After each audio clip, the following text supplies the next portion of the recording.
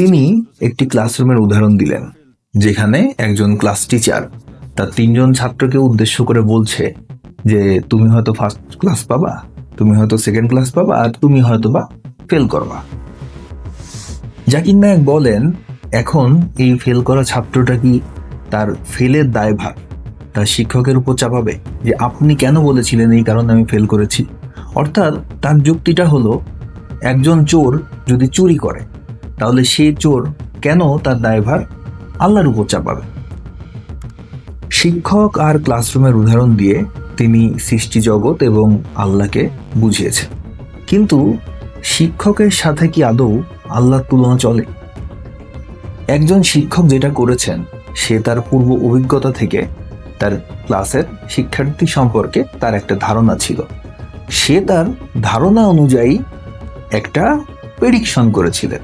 তার যে ধারণা, সেটা মিথ্যাও হতে পারত, মানে ভুলও হতে পারত।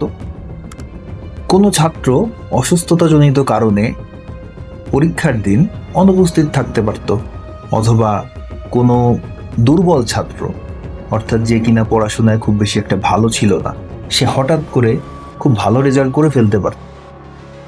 কে কি করতে পারত, তার কোন ছাত্র কি করতে পারত, তার নিয়ন্ত্রক কিন্তু শিক্ষক নয়।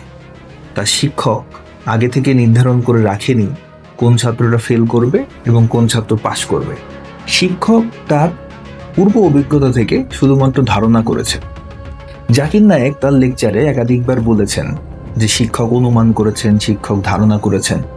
আচ্ছা, আল্লাহর কি কখনো ধারণা করার প্রয়োজন পড়ে? আল্লাহর কি কখনো অনুমানের প্রয়োজন পড়ে? আল্লাহ কখনো ধারণা বা অনুমান করেন না, কারণ আল্লাহর ধারণা বা অনুমান করার কোনো প্রয়োজনই নেই। আবার ছাত্র ভর্তি হওয়ার দিনই কোনো শিক্ষকের পক্ষে এটা বলা সম্ভব নয় যে কোন ছাত্রটা ভালো করবে বা কোন ছাত্র খারাপ করবে। কিন্তু সহিহ হাদিস গ্রন্থে পাওয়া যায় যে মানুষের তাকদির তার জন্মের 50,000 বছর পূর্বেই লিপিবদ্ধ।